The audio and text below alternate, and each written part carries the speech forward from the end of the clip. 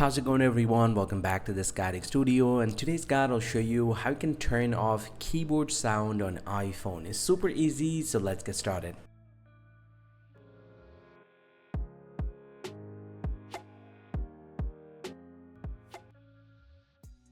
First, open up the settings app from your iPhone and then scroll down and tap on sounds and haptics. Under this one, you just need to scroll down and here we get to see the option called keyboard feedback. You just need to tap on this one and you'll get to see the sound is enabled from here. So you just need to disable this feature and the keyboard sound will be disabled. Now, if you want to disable the haptics as well, you can turn off this option as well from here. Hope you find this very helpful, guys. If you do, please drop a like and subscribe to this channel. See you guys around and thank you very much for watching.